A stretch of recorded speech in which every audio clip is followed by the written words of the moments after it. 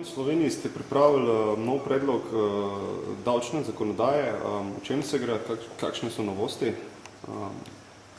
Ja, že nekaj časa smo dejansko izražali željo, predvsem na Ministrstvu za finance, da bi morebiti še pogledali, kakšne možnosti imamo, seveda v okviru proračuna, da bi spremenili davčno zakonodajo, bolj točno zakon o dohodnini in zakon o davku od dohodka pravnih oseb. Kar zadeva zakon o dohodnini, smo zadovoljni, da grejo rešitve naproti kmetijskim proizvajalcem in tudi samostojnim podjetnikom. Zakaj? Namreč, čeprav smo takrat, ko smo sprejemali prvo verzijo, prvo novelo zakona o dohodnini, mi razumeli, da bodo čebelari za prvih 40 čebeljih družin oproščeni plačila dohodnine, temu ni bilo tako. Zdaj natančno zapišemo v zakon, da so kmetje oziroma lastniki čebeljih družin neobdavčeni za prvih 40 čebeljih družin, ne glede na to, kakšen imajo katastrski dohodek ali kakšne druge prihodke. Se pravi, za prvih 40 čebeljih dohodnin, za prvih 40 čebeljih družin se ne plačuje dohodnina.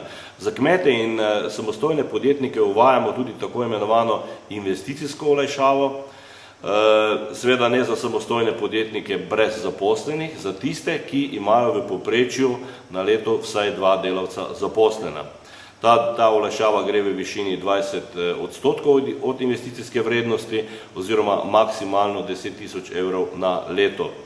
To je bilo dogovorjeno ne nazadnje tudi z Obrtno-podjetniško zbornico Slovenije.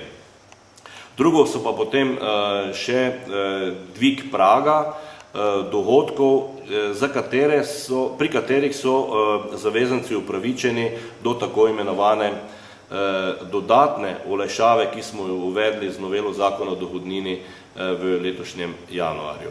Prav tako pa pri noveli zakona o davku od dohodkov pravnih oseb gre za uvedbo tako imenovane investicijske olajšave v istih odstotkih in v istih limitih, kot sem jih prej navedel za samostojne podjetnike.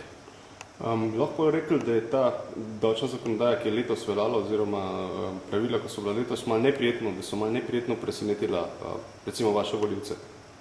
Ne, to sploh ne, da bi neprijetno presenetila. Mi smo dobili strani kmetov te pripombe, da bi želeli, da se te zadeve uredijo, prav tako pa tudi strani malih podjetnikov, mikropodjetij, če hočete. Njim smo prisluhnili in seveda ugotovili, ali imamo v proračunu te možnosti, ugotovili smo, da te možnosti so in zato z zadovoljstvom pozdravljamo to novelo torej dohodninskega zakona in zakona o davku od dohodkov pravnih oseb. To bo seveda na letni ravni v proračunu pomenilo izpada za približno 28,5 milijonov evrov.